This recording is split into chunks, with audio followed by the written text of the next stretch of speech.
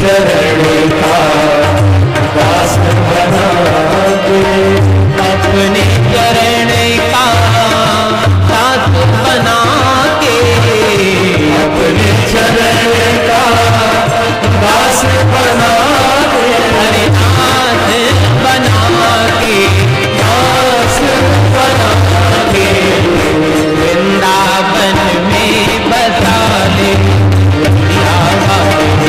वृंदावन में बसा ले दुनिया वाले, जीवन है तेरे हवाले दुनिया वाले, जीवन है तेरे हवाले दुनिया वाले, प्यारे मुरलिया वाले, बाकी मुरलिया वाले, प्यारे मुरलिया वाले, बाके मुरलिया बाकी मुरलिया वाले, प्यारे मुरलिया वाले, जीवन है तेरे हवाले दुनिया वाले, जीवन है तेरे हवाले दुनिया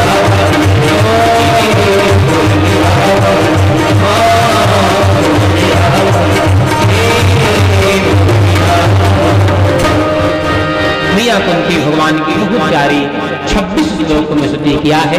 भगवान बहुत प्रसन्न हुए हैं। तो मैया इतने प्रेम में भगवान उमड़ गए मैया के प्रेम में। मैया इतना सुंदर स्तुति की। भगवान जा रहे थे द्वारिका, भगवान द्वारिका की यात्रा को स्थगित कर दिया परमात्मा ने। भगवान ने कहा मैया अब द्वारिका कल जाएंगे, अब आज नहीं जाएंगे। सबको लेकर के भगवान महल में पृष्ठ से वापस आए हैं। रात्रि भगवान विश्राम किए, सुबह हुआ है। सब लोग भगवान युधिष्ठिर भगवान से मिलने के लिए पधारे हैं। युधिष्ठिर ने देखा कि भगवान ध्यान में बैठे हैं। युधिष्ठिर को लगा कि सारा संसार इनका ध्यान करता है, अभी किसका ध्यान करने लगे। युधिष्ठिर ने पूछा प्रभु योगियों के तो परम गुरु, योग के योगी नाम परम गुरु, आप योगियों के भी परम गुरु हैं, आप योग के भी गुरु हैं। सरकार सारा संसार सारा योगी सब आपको याद करते हैं। वह कौन सा प्राणी है जिसको आप याद कर रहे हो। भगवान ने कहा युधिष्ठिर जो साधारण भक्त हैं वो हमें याद करते हैं, लेकिन जो परम भक्त हैं उनको हम स्वयं याद करते हैं। हमारे युधिष्ठिर ने पूछा तो कौन आपका परम भक्त है। भगवान ने इशारा किया कि वह हमारे परम भक्त भीष्म पितामह है। अब तो सुनते ही युधिष्ठिर महाराज अवाक रह गए। भगवान ने कहा युधिष्ठिर अब सूर्य वंश का जो भरत वंश का सूर्य है अब वह अस्त होने जा रहा है। आइए हम सब लोग अंतिम दर्शन के लिए चलते हैं। भगवान समस्त पांडवों को लेकर के जो है पधारे हैं, जहाँ पे पितामह 57 दिनों से सरसैया पे लेटे हैं। अंतिम समय अब अंतिम श्वास लेने वाले हैं। पितामह का दर्शन करने के लिए सब लोग यहाँ पधारे हैं। लेकिन भीष्म पितामह 57 दिनों से लेटे थे, जबकि उनको इच्छित मृत्यु का वरदान था। इस कारण से अभी तक प्राण को नहीं त्यागा है। कारण कि उनका वचन था अपने माता सत्यवती को उन्होंने वचन दिया था, अपने नाना को वचन दिया था कि जब तक मैं रहूंगा हस्तिनापुर के सिंहासन के राज्य के सिंहासन की रक्षा करूंगा। तो इस कारण से उन्होंने प्राण को नहीं त्यागा। आज जब युधिष्ठिर राजा बन गए हैं, अब सुरक्षित के हाथ में है राज्य चला गया है, तो अब उन्होंने सोचा कि प्राण त्यागना चाहिए। एक बात, दूसरी बात है पितामह इसलिए भी प्राण नहीं त्याग रहे हैं क्योंकि ऐसा कहा जाता है कि उस समय दक्षिणायन था। 2 अयन है, दक्षिणायन और सूर्यायन, उत्तरायण और दक्षिणायन। उत्तरायण में मर करके जीव जाता है तो स्वर्गाल दिव्य लोगों को प्राप्त करता है, और दक्षिणायन में जब जीव मर करके जाता है तो वह नरक इत्यादि लोगों को प्राप्त करता है, ऐसा कहा जाता है। इस कारण से पितामह अपने प्राण को नहीं त्यागे, और जब उत्तरायण सूर्य हुए हैं तो तब प्राण त्यागने की बात को विचार किया है मन में। अब यहाँ पे यह अगर विचार किया जाए कि क्या पितामह उत्तरायण और दक्षिणायन के कारण अपने प्राण को नहीं त्याग रहे हैं, तो आपको निवेदन करें पितामह भीष्म पितामह कोई साधारण नहीं है। भीष्म पितामह ऐसे हैं कि अगर भीष्म पितामह अगर मर करके मान लीजिए नरक में चले भी जाएं तो ऐसे सामर्थ्य नहीं है किसी को पितामह को नरक में कोई लेके चला जाए, क्योंकि पितामह कौन है? पितामह भगवान के 12 भक्तों में प्रधान है। संसार के जो प्रधान 12 भक्त हैं, भगवान के 12 भक्त हैं, उन भक्तों में पितामह का नाम आता है। भागवत के 6 स्कंद में यमराज स्वयं कह रहे हैं अपने दूतों से शंभु नारद शंभु कुमार कपिलो मनु प्रहलादो जगतो भीष्मो बलिर्वैयास बीस पितामह का नाम 12 भक्तों में आता है। जो 12 भक्तों में भगवान के भक्त पितामह है, क्या वह नरक जा सकते हैं? अगर गलती से नरक चले भी जाए ना, तो पितामह जैसे भक्त का दर्शन करके नारकीय जीव मुक्त होकर के वैकुंठ धाम चले जाएंगे, ऐसे पितामह है। तो फिर पितामह क्यों ये नरक क्यों उत्तरायण और दक्षिणायन के चक्कर में पड़े हैं? ये क्या है उत्तरायण? देखिए पितामह उस उत्तरायण के चक्कर में पड़े हैं जो उत्तरायण उत्तरा के गर्भ से भी बाहर आया।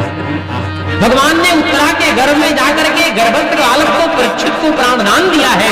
परीक्षित तो बाद में उत्तरा के गर्भ से पैदा हुए, लेकिन उनसे पहले भगवान उत्तरा के गर्भ से निकले।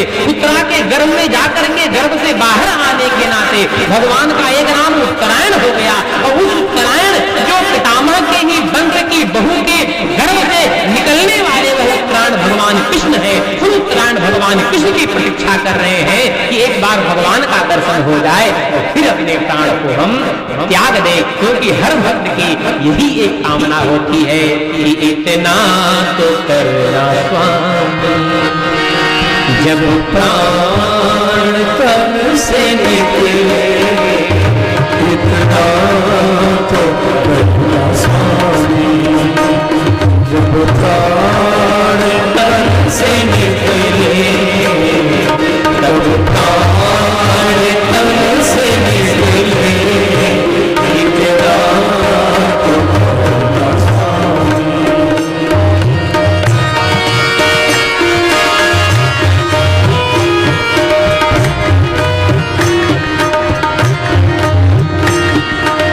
श्री गंगा जी का तट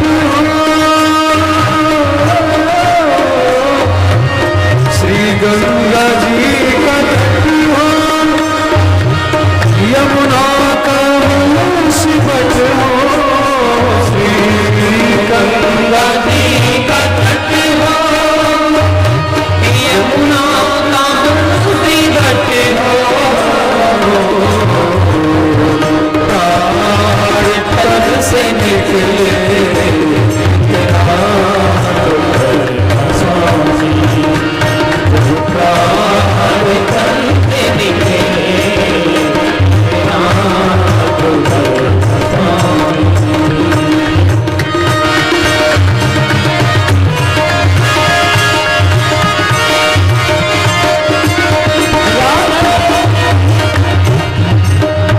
जब कंठ फाड़ आए, कोई रोग ना सताए, जब कंठ फाड़ आए, यम दर्शन दिखाओ, यम दर्शन दिखाओ, जब प्राण तन से निकले,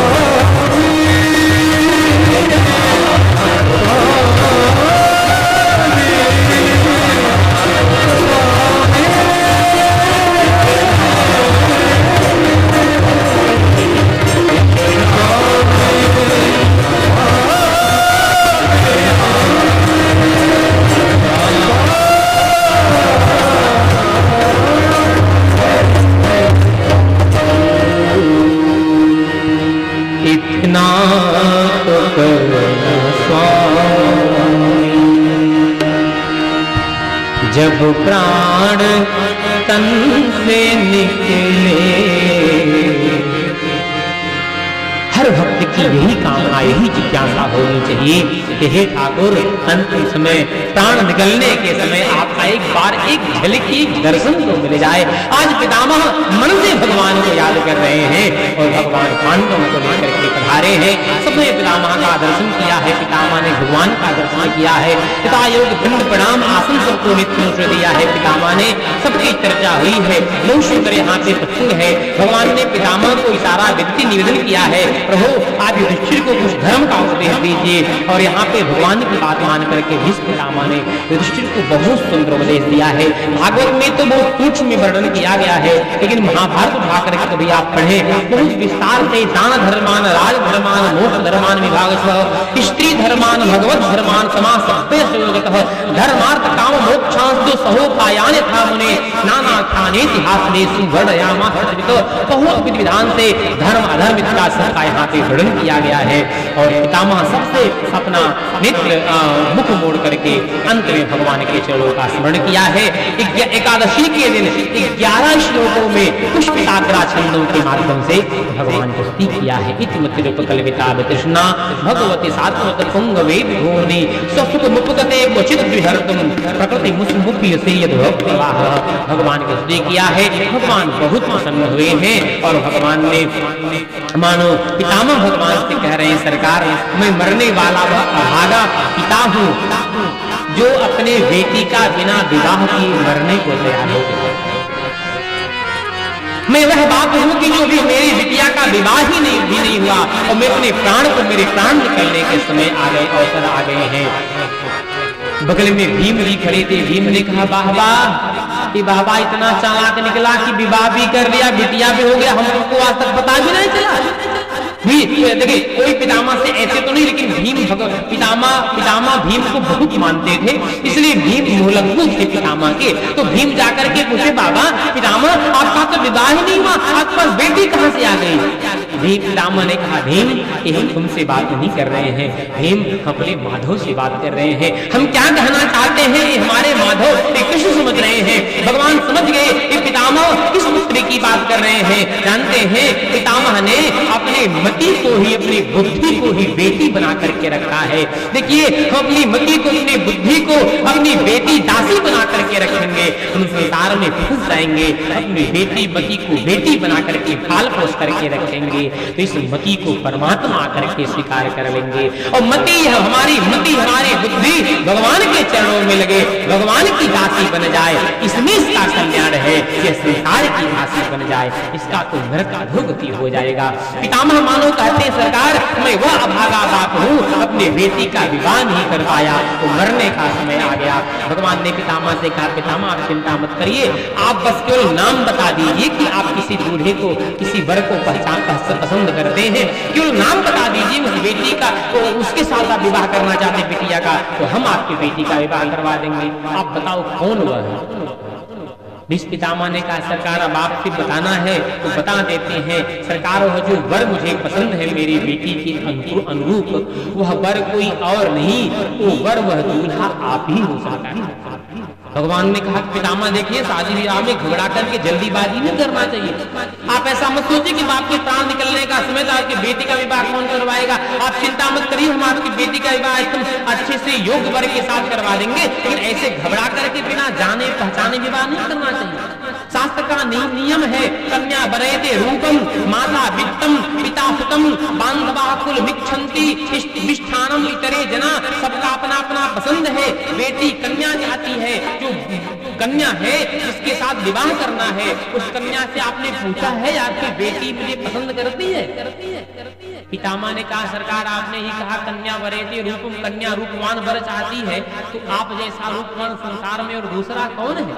आपके जैसा सौंदर्यशाली, आपके जैसा सुंदर इस संसार में पूरे ब्रह्मांड में और कौन आपके जैसा सुंदर है? तो अगर कन्या रूपवान वर चाहती है तो आप रूपवान है भाई ही, क्यों नहीं हमारी कन्या चाहेगी? तो सरकार केवल रूप नहीं, अगर कन्या की बात करते हैं तो कन्या अगर रूपवान वर चाहती है तो आप रूपवान भी हैं और आप बलवान भी हैं। आप जैसा बलशाली भी दुनिया में कोई नहीं। अरे आपने तो 6 दिन में ही दूध पी करके पूतना जैसी परम बलवान राक्षसी का आपको आपने चट्टपट्ट कर दिया, तो आपके जैसा बलवान कौन हो सकता है?